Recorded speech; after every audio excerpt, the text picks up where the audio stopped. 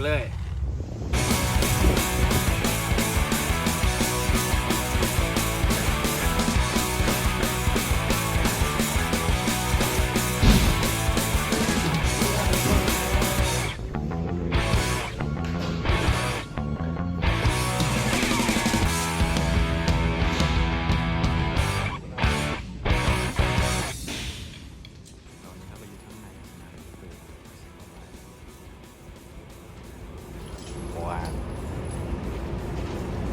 ในไม่ของเขาแล้วเข้ามาครับเซตอัพนะครับคุณลินออกมาจากกระเป๋านะ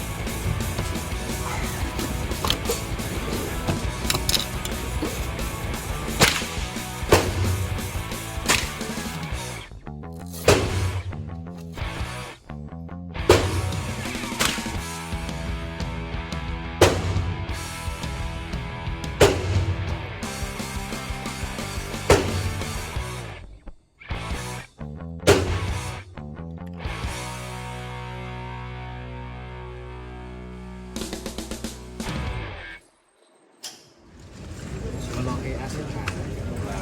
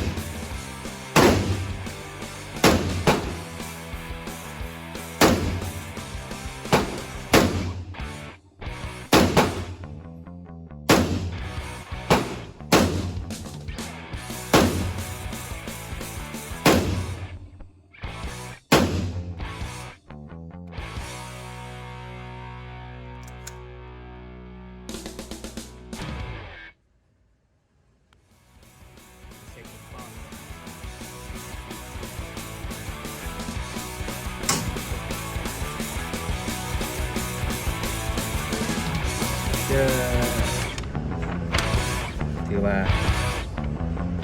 ใช้ได้นะถือว่าใช้ได้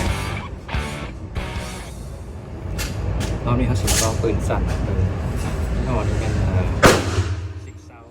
ที่226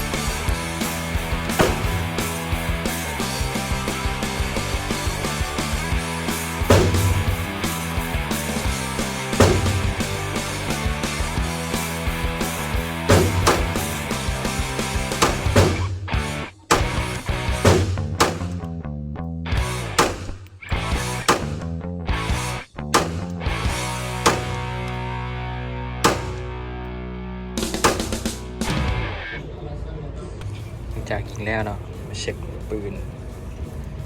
ยังฮ้อนระวังเนาะก่อนที่จะเก็บในบ้าน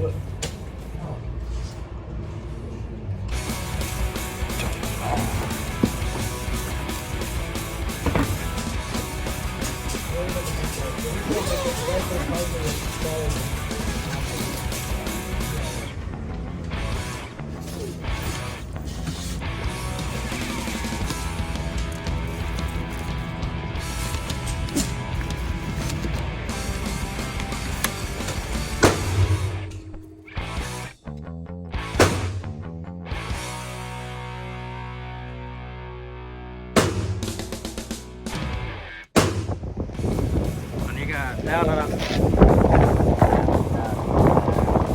สามีปืนสามีปืนในผมก็โอเคนะราคากับประมาณได้แบบบางทีนี่สาวกุดอนถือว่าก็อันนั้นปันไหนเนาะก็แพงเลยแต่ว่าถ้าเอาไปตรงที่ว่าเป็นเงินเป็นอันนะเอาดอเนาะตัวที่มันยิงก็มันจะราคาที่ประมาณ$10 $15นี่ก็อาจจะฮอดบ้านเนาะเดี๋ยววิดีโอหน้าเจอกันใหม่จะเป็นสายที่ยังเจอกัน